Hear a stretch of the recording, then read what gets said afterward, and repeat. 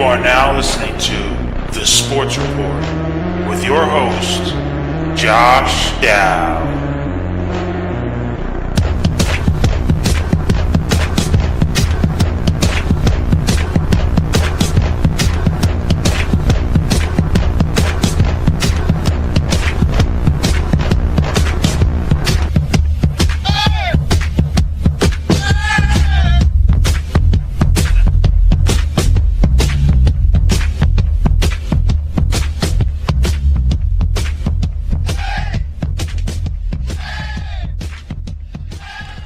What's up, guys? Welcome back to the Sports Report. I am your host, Josh Dow. I want to thank everyone for joining me on this. Hopefully, you're getting some warm weather as I am this warm week that we're getting. A lot of good stuff going on. NBA season wrapped up. We just finished the Masters. NFL is starting to ramp up a little bit more again because the draft is right around the corner. And we're starting to see some fireworks in baseball. We're starting to see some guys getting into a groove. We're starting to see some tension, some tempers flaring, some bench-clearing brawls in a couple games. We'll get into all of that and more. So let's kick it off right away with our first segment. Of course, it is our headline segment. This is the Sports Report News and Headlines.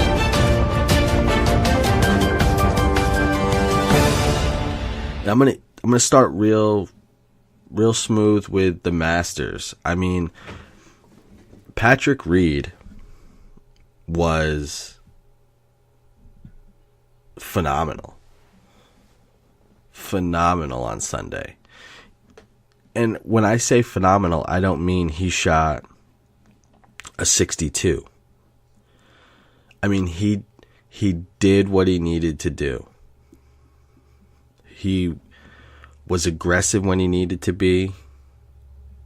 When he knew that he needed to just play it smart and two-putt, he did, especially on 18 to win it. So Patrick Reed was able to win the Masters, held off a late push by Spieth and Ricky Fowler for his first green jacket. And I talked about it last week. I really wanted Tiger to come out and win just because I grew up a huge Tiger fan. I mean, if you're my age or around my age and you're a golf fan, Tiger he made golf what it is for us. And to see him back the couple previous tournaments, it just would have been fun to see him in Augusta playing meaningful rounds on Sunday or even Saturday. It just didn't happen. He didn't perform very well. But that's golf. That's golf. You're not gonna, be in the running every single tournament. So Spieth comes out Sunday, says he's just trying to have fun. Just trying to play the game he loves. He wasn't really in the hunt. He just kind of was out there because he made the cut type of deal. So he said he played a lot of carefree shots early on, and then he started getting it going. Birdie here, par save there, birdie, and you end the round and, he signs his card and he shot a 64 and tied the course record. Put him in contention. So, really, Spieth shot a 64, which is great. He tied the record. I think he finished 13 under, 2 strokes behind Patrick Reed. If it wasn't for the 18th Sunday, he probably could have won that tournament, or at least forced a playoff hole. So Patrick Reed, just to set it up for this part, was 15 under, Fowler was 14 under. Spieth, 13 under. Patrick Reed, obviously the last golfer, he came into Sunday with the lead. He had a really long putt, difficult putt, on 18 for birdie. He admittedly knew he wasn't going to make that putt. So he simply just lag putted. Not really lag putted. I mean, he put it past the hole, but he put it close enough where he knew par putt was almost a gimme for him to stay at 15 under. So let's rewind a little bit. Spieth on 18. He's 14 under at this point. Hits his drive and hits an ultra aggressive shot. Tries to cut the corner and hits tree limbs or a branch or leaves, whatever he hit. He said it was the last hanging branch. And I mean, he couldn't believe it. I couldn't believe that he even played it that close. Like, why not play a fade or something? I'm not really sure why he did that. But he clips the branch, leaves him super, super, super long second shot. Plays it all right. Gets on. Has a chance to putt for par, which will keep him at 14. Misses that, ends up bogeying. So, obviously, it didn't play out that way. But let's just say the way he's playing, he was playing better than almost anyone that's ever played that course on a given day. So, to say that if he doesn't clip that branch, I'd say there's a really good chance that he birdies that hole and forces a playoff hole. With all the momentum being there before against Patrick Reed, who was looking for his first major, probably going to press a little bit. If it wasn't for Jordan Spieth, I don't want to say blowing it, but the tree helping out Patrick Reed, I think Spieth would have won the Masters. And even Fowler played really well. Just not well enough. I was really pulling for Fowler down the stretch just because I want to see him win, a big-time tournament. But congrats to Patrick Reed on that win. It's something, I can't compare because I've never, won a professional sporting event, obviously. I wish I have, but everyone says it. There's really no words. You're just humbled beyond belief, and I don't even think it sinks in right away. So, Patrick Reed, your 2018 Masters champion. Let's move to a little bit of football. Here's the thing okay. It's kind of frustrating in the sense of I've always, well, not always, but for a while now, I've said Browns go get Saquon Barkley number 1. And I still don't think that's a bad idea. But now there's reports that QBs are going to go 1, 2, and 3 in the draft, and then at 4 that'll allow Saquon to go to the Browns that way. Which is fine. They get Saquon. Here's the problem. If you take Sam Darnold number 1, which has been linked to the Browns, you're leaving it open for discussion for the other teams. Because maybe the other teams are assuming Saquon's going to go 1. So their draft board is without Saquon because they just don't expect him to be there. If you don't pick him 1, there's an opportunity he goes 2 or 3. Just saying. Yes, they have to address the quarterback issues. Yes, I understand that you can get a running back later in the draft, I guess, but not to the caliber of Barkley. I mean, these quarterbacks are good in this draft, but I guess I'm just suspect on the fact that, franchise guy. It's hard to be a franchise guy. It's hard. So, would I rather see the Browns try and get some pieces around a quarterback? I think that'll help, because if they get that quarterback and he's got no weapons, we've seen how that turns out. But we've also seen Jacksonville, where you give him a running back, decent receivers, and a good defense. Not that the Browns have a good defense, but you build on it. Jacksonville made the playoffs with a bad quarterback. So, I still think Barkley should go number 1. I think he is worthy of that number 1 pick.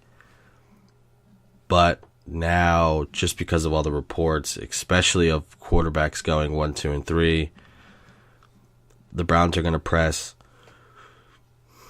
Feel like if they pass up on Darnold, I think that's their guy that they want. I don't think there's anybody else that's really on their quarterback radar anyway.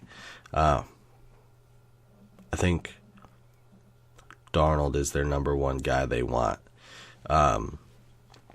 So if they take Darnold 1, Rosen goes 2 or 3, Baker goes 2 or 3, Saquon goes 4. I still think the Browns are going to be happy with that if that's how it plays out, and they should be. Just a little concerned, not for Saquon. If he doesn't go to the Browns, I'm sure he'll be ecstatic, but we'll see how that plays out. Josh Allen he's my quarterback that I think is going to fall the most. So a lot of people are saying he could go 1, and then top 3, and then top 10. I think he's going to... See, this is hard. I think he's going to fall outside of the top 10. He's a big guy, big arm, and teams love that. But he just, the accuracy is something that really concerns me. I mean, he struggled in a non-Power 5 schedule. 56% completion. So how do you think that's going to translate when you have faster players, smarter players, better players? You have smaller windows to throw into. The windows that you do have, they close quicker. More confusing defensive and reads that you have to make. I just think he's going to be the one that's going to struggle more than Sam Darnold is. So, we have quarterbacks going 1 through 3. Barkley going 4. Then you have Bradley Chubb, Minka Fitzpatrick. There's offensive linemen, other defensive players. You have the potential for 3 quarterbacks, running back, offensive line, a few defensive players before you see that fourth quarterback come off the board. And Josh Allen, I think, is going to be that fourth quarterback. He might even drop more than that now that Lamar Jackson is getting a lot of hype. Which, not saying it surprised me. I think Lamar Jackson, he's not going to be an elite quarterback. I just don't think he's there. And I don't think there's a ceiling for everyone.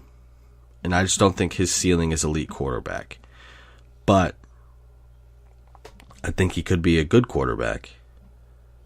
And especially with his ability to run, that'll make him that much better. So, no, he might not throw in tight windows and complete balls, but instead of making or forcing that throw like he did in college, he'll learn to maybe tuck it, get 4 or 5 yards, get out of bounds, or slide, whatever the case is. Has that ability. So they're saying, or they, as in scouts, are saying, he's looking like a first-round pick. I never, ever in my wildest dreams would have said Lamar Jackson is going to go in the first round. I thought second round, maybe. Like, someone took him in the second round. But now I'm hearing he could go as high as 15. And to top that off, the Patriots are supposed to be, quote unquote, the most interested team, and super impressed with Lamar Jackson and his football intelligence, IQ, everything like that. That surprised me more than scouts saying he's going to go in the first round. I understand Bill Belichick likes to take these guys, i.e. Edelman, from QB, throw him at receiver. But Lamar Jackson has said it numerous times. I want to be a quarterback. I'm going to play quarterback. I don't want to play anything else. Scouts are saying he could play quarterback and go first round. I'm not biting on the fact that the Patriots are the most interested team in Lamar Jackson playing quarterback. They might be the most interested team in his ability, his speed, what he can bring at another position, maybe wide receiver. But I'm very hesitant to say the Patriots are looking to use that number 23 pick they just got to grab Lamar Jackson there so he could be Brady's replacement. That is the boldest statement of bold statements. I'm just not sold on that in any way. And I'm sure reports are going to come out a million more times, more mock drafts, everything. We have, 2 weeks before the draft starts. If you ask me, Lamar Jackson is not a first round draft pick. And if the Patriots are that interested, I would be shocked. I could see the Patriots using a third round pick on him, maybe a second. Doubt it. They don't draft quarterbacks that high. And if they pick Jackson in the first round or even the second round, I just want to know the explanation behind it. What they saw that other teams might not have. So we'll just have to wait and see on that. That is something that seriously just confused me more than anything. I'm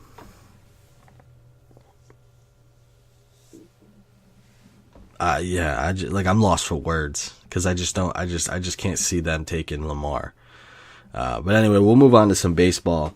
Here's something that Ohtani, we'll start here. Ohtani has officially shown up to the MLB. I said it was going to take some time. It's okay to think that. I 100% thought, coming from a different country, coming from a different league, it is going to take time to get acclimated to the United States, to baseball, to life in general. It's going to be difficult for him, maybe for a full season. Well, Ohtani proved me wrong that it was going to take time to get acclimated and that it was going to take a full season, because it took a full week. And this man is hitting the ball all over the ballpark. He's got 3 home runs. Might have 4. I'm not sure. I didn't check from last night what he did. Had a no-no his last outing into the 7th inning.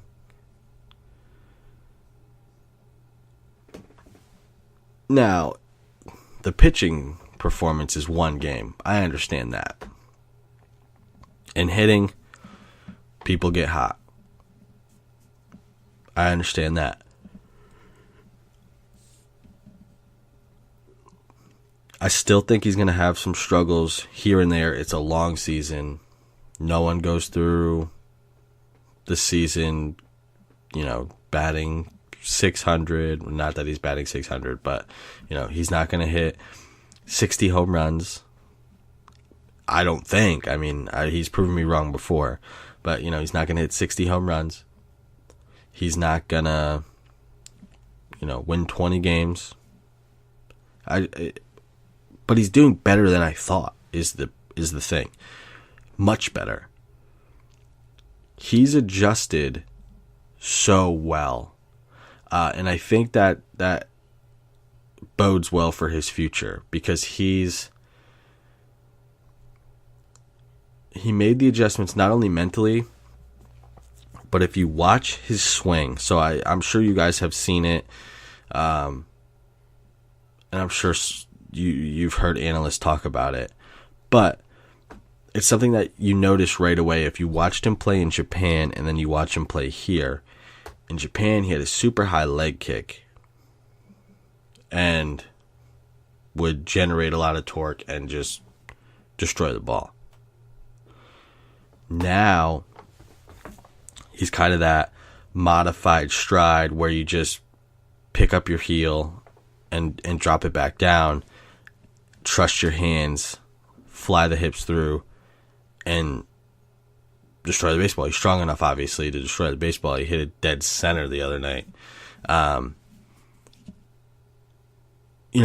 That's encouraging for a young kid from a different country. Obviously, there's probably language barriers. Very easy for him to come here, think he's just the bee's knees, and I got here doing what I do. I'm not changing, going to a slump, bat 180, hit 6-7 home runs, and struggle. But he didn't do that. He made the adjustment, which is encouraging not only for me as a baseball fan to watch, but as a if I was on the Angels front office, coaching staff, as a player, that's something you want to see because that's your future. You know, Trout, is he going to stay in Anaheim? Is he going to stay in LA? I guess Anaheim, but nobody knows. But Ohtani, if he turns it around, does well, this team makes a push for the playoffs, you might keep Trout.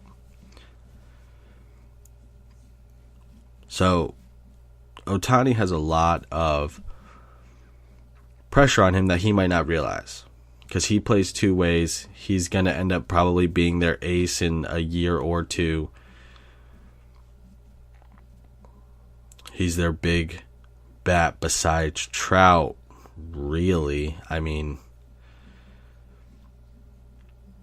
so he's got a lot of pressure on him. And then if Trout leaves, then it's all on him. So we'll see how. We'll take it by strides. We'll see how he does up to Memorial Day. Then we'll go to the All-Star break. And then we'll move on from there. How about them Red Sox, though? Couple nights ago, huge 8th inning. Score 6 runs, come back to win. Then, first game against the Yankees this series, they score 9 runs in an inning. Blow them out. 9-2 right now. They lost last night, 10-7.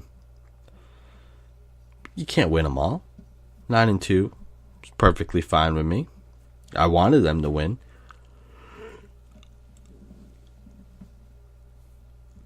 I was really hoping we were going to go 19-0 against the Yankees this year, but I'll settle for 18-1. Game 3 of the series, the rubber match, is tonight. Stanton, he's hitting a little bit better now, but he struggled. Twice this year he's had 5 Ks. I mean, Yankees fans getting super frustrated, booed him at home. I mean, I understand it comes with the territory. You're a big power hitter. You're going to strike out a lot. He's known for that. Judge is known for that. But to strike out 20 plus times in 11 games, something's got to change. And what he did was, well, not what he did, but what happened was he lost his swing. Like, not he forgot how to swing. He's getting lax, and he's getting long with his swing. And if you watch Stanton when he was in Miami, he generated so much power because he had a short, compact swing. Now he's getting this long, loopy swing, can't touch a high fastball. When he does hit the ball, I mean, some of these balls that he's hitting, yes, it's because of the cold weather. But if he had that short, compact swing where he's generating more torque, some of these fly balls that he's hitting, especially the one that he hit, was it game 1 or game 2? Game 2, where he tripled to center field. Yes, in the summer that's gone, but he compacts that swing. He gets the bat around. He takes that to left field, and that's way out of here. So he's got some things to work on, and he'll work on them. And yes, he's probably going to hit 40, 45 home runs still. But the production, or lack thereof, has not been what the Yankees wanted, or not why they paid him or bought his contract. It's not it. So as I mentioned, Sox won game 1. Yankees won Game 2. Game 2, if you missed it, there were some fireworks. We had the benches and bullpens clear twice. The first time, Tyler Austin, I think that's his name. I don't really know. I don't really care what his name is. I don't like him. Tyler Austin slides into second base. Cleat up. Didn't slide into second base. I should rephrase that. He slid to the left of second base. Just a little bit to the left. Maybe left edge. Put his foot up and cleated Brock Holt. Now, Red Sox wanted to review it. Umpire said slide was fine. We actually can't review it because there was no double play attempt. So no double play was called. Austin was out at second, but that was it, other than the fact that Brock Holt got slid into with metal cleats. So, that cleared the benches, that cleared the dugouts, that cleared the bullpens. The benches and the dugouts are the same thing, my man. So, nothing really happened, just some words. Brock Holt looked at Tyler Austin, what are you doing? Tyler Austin said, move your leg. I mean, that was the brunt of it. I mean, that was the whole thing. Then you fast forward a little bit. Joe Kelly comes in, throws at Tyler Austin, misses him. A couple pitches later, drills him right in the middle of the back. Tyler Austin slams his bat down, starts walking towards the mound. Of course, Joe Kelly ain't going back down from nobody. Calls him out and says, let's go. Tyler Austin charges the mound. Punches were thrown. Joe Kelly got a couple licks in. Then we had some ejections. One of the Yankees coaches got ejected. Obviously, Joe Kelly and Austin got ejected. CeCe's in there with his hurt hip, pushing people around. I mean, if we're going to see that Game 2 of 19, we're in for a great, great season. Red Sox and Yankee fans, the rivalry is back. Baseball fans, the Sox-Yanks rivalry is back. All is well in baseball. Not only is the rivalry back, these two are projected to finish 1-2 in the division. We might see them in the ALCS. Probably not, because we have the Astros as well in the AL now. But the potential's there for fireworks the rest of the season into the playoffs. I mean, I'm excited. I am excited that it's back. I mean, I will say, at times it does get a little ridiculous, but I love the fire, and I have no problem. As a Yankee fan, not me, other people, as a Yankee fan, you're going to say,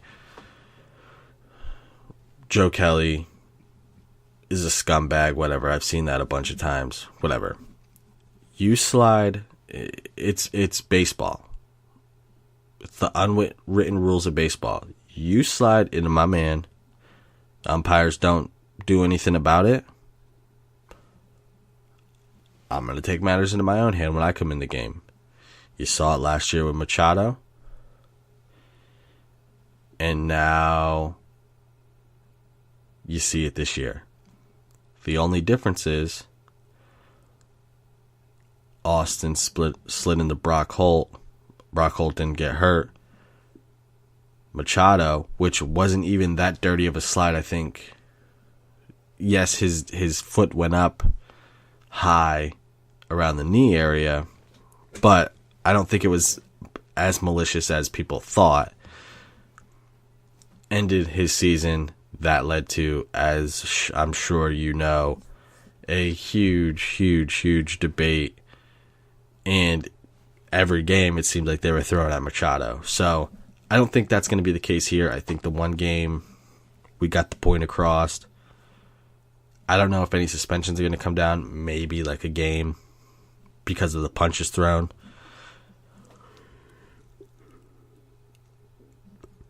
I wouldn't imagine anything crazier than that. But I think that's going to be it. Unless something else crazy happens. Austin runs his mouth or he does something again. I think that's going to be the extent of it for this series, at least. So that's going to be something I'm going to watch for the rest of the season. Is how, obviously I'm going to watch the games, but the retaliation. We also had Noah Arenado. I didn't put this on here, but I'll mention it anyway. Noah Arenado, big dude, gets thrown at and loses his mind. Goes out there, pitcher throws the glove at him. He goes bananas, tries to basically kill the dude. I mean, he didn't get really close, but, tempers are flaring, and I'm not mad at it. That's baseball. It happens. We just need that torpedo. Come off the dugout and get that. If you don't know what a torpedo is, for those of you who don't play baseball, there's a guy in the dugout that's assigned the torpedo. If someone's going to charge the mound, if the catcher, like last night, the catcher doesn't get to or in front of the batter, the torpedo comes off the bench and is supposed to tackle the guy before it gets to the pitcher. The Red Sox did not have a torpedo. So we need to practice that, fellas. We need to practice that. Figure out who the torpedo is. Because if Chris Sale hits someone and they decide to charge the mound, I'm not saying Chris Sale can't hold his own, but I'm not taking any chances. It's in! You covered, yes, it's good! Are you sure what's the final score? Miami by 4! You covered 12! I covered! Yes! What is against the spread? Let's get into some odds here. Let's get into some NBA playoffs. Seeding is set. Season is over. We're getting into the playoffs this weekend. And let me tell you something. I came into this season saying we're going to see Warriors, Celtics. That was my thought. You know, I really thought Cavs, just because LeBron is going to be tough. I've completely flipped the script on what I thought was going to happen. And I have the odds here, so let's start with the against the spread section, and we'll start with the playoff odds, then get into the playoff matchups and what I think will happen. So playoff odds wise, the Warriors are the favorite still, which kind of surprised me. The Warriors plus 135. They just got the brakes beat off of them by 40 a couple nights ago. They're not even the best team in the Western Conference, and they're the favorite. I'm really confused as to why. I understand when they're 100% healthy, they're a different team. But like, Houston is the best team in the West, and not by fluke either. So that kind of confused me. Houston's not far behind. They're second. Houston's my favorite.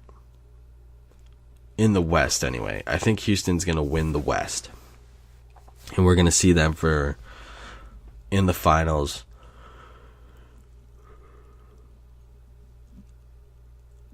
It's just a tough. It's going to be that Warriors Rockets matchup is going to be if it gets there, the best series of the playoffs, I think. And that's going to have the most ratings, probably the most, viewership. That's going to be a fun series to watch if it gets there, and I hope it does. Cavs plus 650. Did I say Houston plus 160? I don't know. Houston's plus 160, by the way. Cavs plus 650. Only reason the Cavs are the 3 seed, or the third favorite, not the 3 seed. Dude, they have LeBron. LeBron James is going to get them into the Eastern Conference Finals. Simple as that. That's what it's going to come down to. The Raptors plus 850. I know they're the number 1 seed,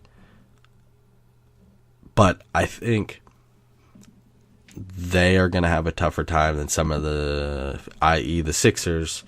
I think they're going to have a tougher time in the playoffs. I think they're going to struggle against Washington. And then they have to turn around, and I think they play the Cavs in the second round if they win, if I remember correctly. So that's tough. That is a tough road. So think about it. The Raptors, they would have to beat Washington, who I think they might struggle with. Then they have to beat the Cavs. Then they have to beat the Celtics or Sixers or Bucks or, probably not Miami. But then you have another, in the Eastern Conference, that's tough as well. And then you play the best team, one of the 2 best teams in basketball, probably the Warriors or Houston. They have a really tough road. And I just don't think the Raptors can do it. The Sixers, plus 1,500. This might be something I might mess around with, because I really do think they have a shot to win the East. They play Miami. I think they're going to probably beat them in 5, if not sweep them. But I'll talk about that a little bit. Then they probably have the Celtics. If the Celtics can get past the Bucks. So, they're going to be in the Eastern Conference Finals. Depending how the Cavs are playing. I don't see why they can't beat the Cavs. So, plus 1,500 is something that risk reward I would be willing to put money on, because of the reward you're going to get if somehow the Sixers make it out of the East, which I think they have a real shot to do. And then the tougher of the 2 is winning the title against Houston or the Warriors or any team out of the West. The Thunder, plus 2,500. If they get out of the tough series against the Jazz, they got Houston. I don't think it's not going to happen. I don't think it's going to happen. Portland, plus 3,300. Utah, plus 4,500. San Antonio, plus 6,000. Celtics, plus 7,000. You know what? I just pray the Celtics get out of the first round. It's been a good year. We're the 2 seed. We lost Gordon Hayward early on. We lost Kyrie. It's just been tough for Celtics fans. If we get out of this first round, I'll be happy.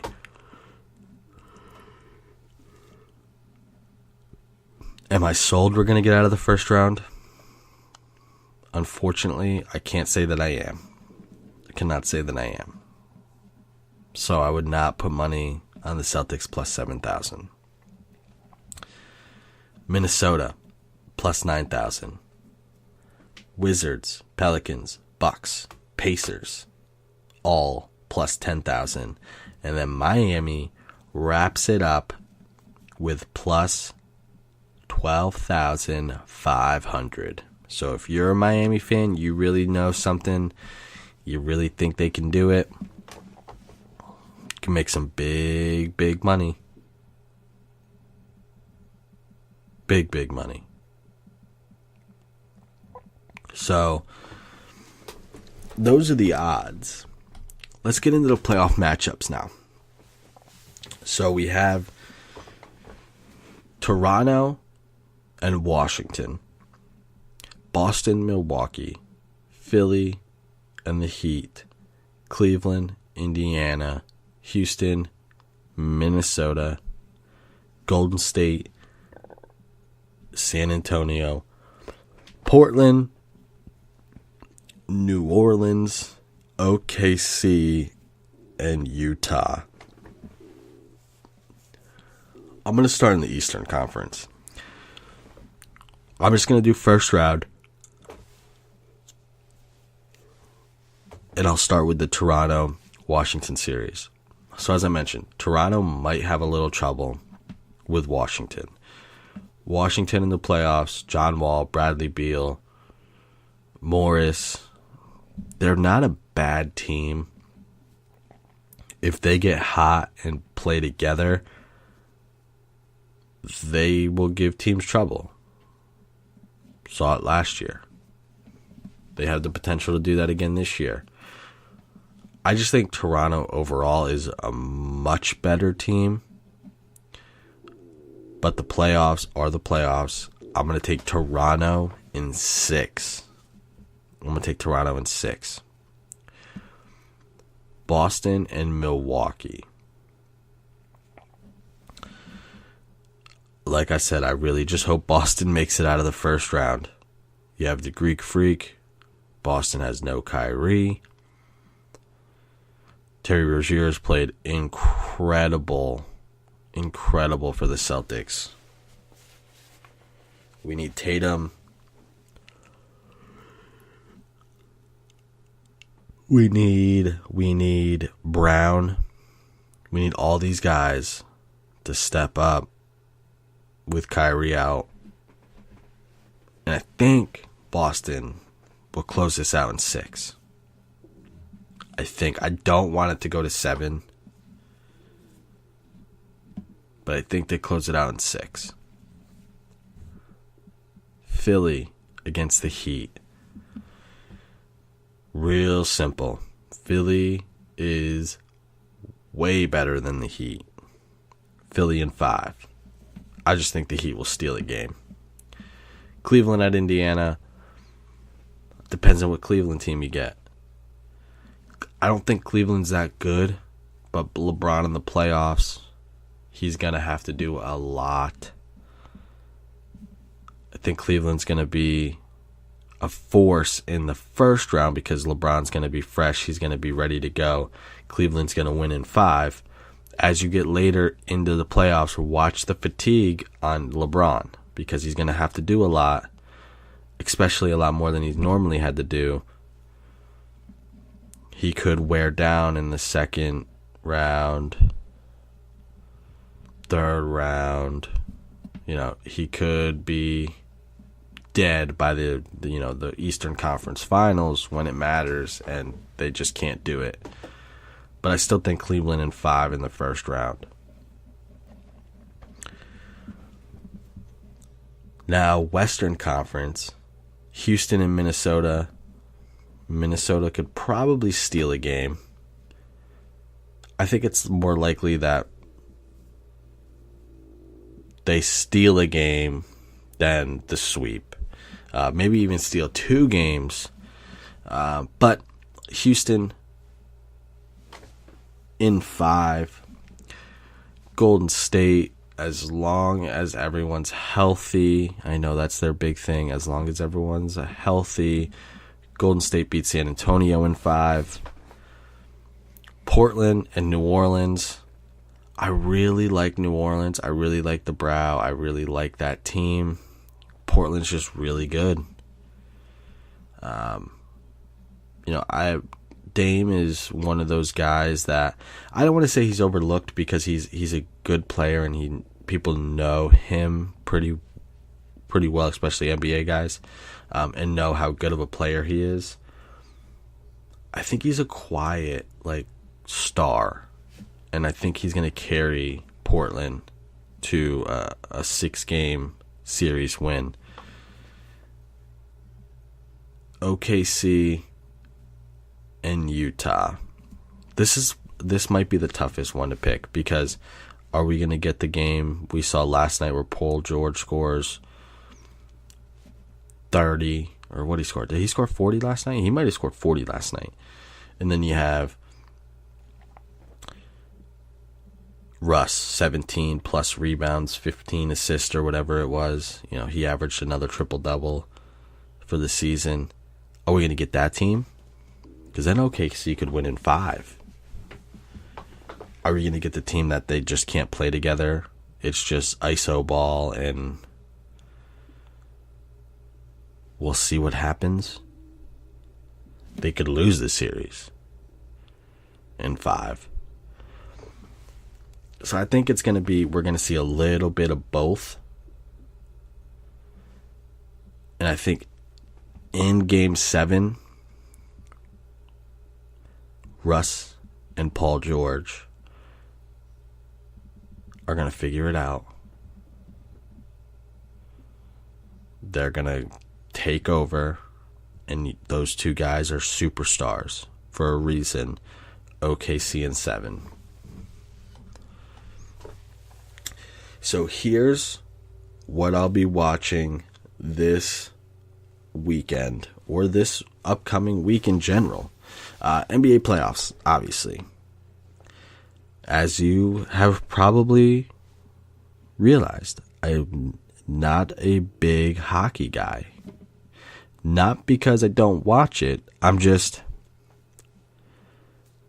not educated enough to talk about it.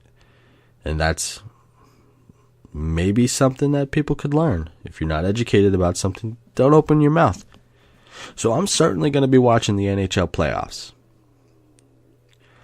But don't expect me to come on here and give me an analysis of the game, because I'll sound like a fool. I could probably tell you who won.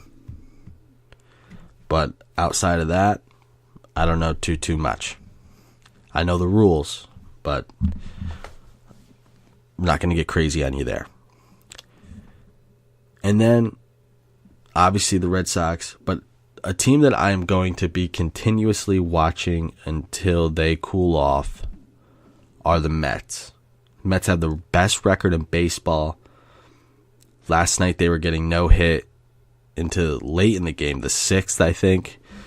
7th, and after the 7th they were getting shut out, and then they scored 4 in the 8th or something like that and come back and win. So the Mets are the hottest team in baseball. Definitely a team I want to keep my eye on, just because they're playing really well. It's fun to watch teams play at the peak of their ability. I'm sure I will tune into some golf as well. I don't know what tournament. The tournament's in Hilton Head. I can't remember the name of it, though. I'm sure I will tune into that a little bit. But, guys, have a good rest of your week. It's supposed to be gorgeous this weekend. I am going to try and get out on the links, that is for sure. I advise you, if you guys play some golf, this weekend might be a great weekend to start if you haven't gone yet. Have a great rest of your week, guys, and a great weekend. Until next time, guys, take care.